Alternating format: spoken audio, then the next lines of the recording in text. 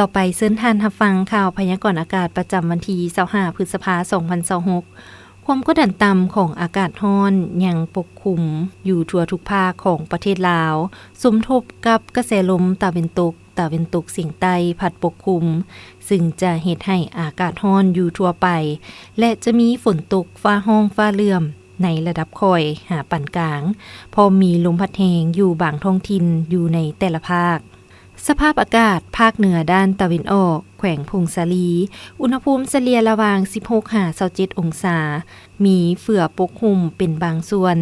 แขวงหัวพันอุณหภูมิเฉลี่ยระหว่าง 21-32 องศาแขวงเสียงขวางอุณหภูมิเฉลี่ยระหว่าง 21-29 องศาแขวงอุดมไซอุณหภูมิเฉลี่ยระหว่าง 22-30 องศามีฝนตกเป็นบางบอนเนื้อที่ปกคลุมของฝนกวมเอา10ส่วนห้อยแขวงบ่อแก้วอุณหภูมิเฉลี่ยระหว่าง 24-33 องศาเนื้อที่ปกคลุมของฝนกวมเอา10ส่วนห้อยแขวงหลวงน้ำทาอุณหภูมิเฉลี่ยระหว่าง 22-33 องศาเนื้อที่ปกคลุมของฝนกวมเอา20ส่วนห้อยแขวงหลวงพระบางอุณหภูมิเฉลี่ยระหว่าง 24-36 องศาแขวงไชยบุรี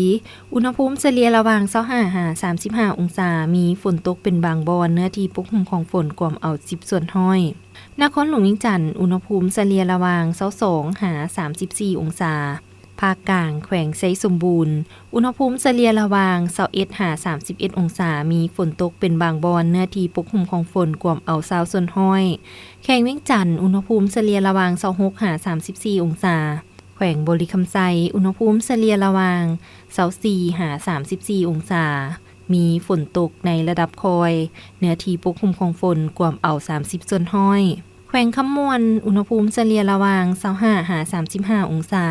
มีฝนตกฟ้าร้องฟ้าเหลื่อมเนื้อที่ปกคลุมของฝนกวมเอา30ส่วนห้อยแขวงสวรรณเขตอุณหภูมิเฉลี่ยระหว่าง 27-35 องศามีฝนตกฟ้าร้องฟ้าเหลื่อมเนื้อที่ปกคลุมของฝนกวมเอา40ส่วนห้อยอุณหภูมิเฉลี่ยระหว่าง 16-36 องศามีฝนตกฟ้าร้องฟ้าเหลื่อมเนื้อที่ปกคลุมของฝนกวมเอา50ส่วนห้อยแขวงสารวันอุณหภูมิเฉลี่ยระหว่าง 26-35 องศาเนื้อที่ปกคลุมของฝนกวมเอา40ส่วนห้อยแขวงเซกองอุณหภูมิเฉลี่ยระหว่าง 22-36 องศาเนื้อที่ปกคลุมของฝนกวมเอา40ส่วนห้อยแขวงอัตตปืออุณหภูมิเฉลี่ยระหว่าง 26-37 องศาเนื้อที่ปกคลุมของฝนกวมเอา50ส่วนห้อยอุไรวันแสงพระจันทร์อ่านสบายดี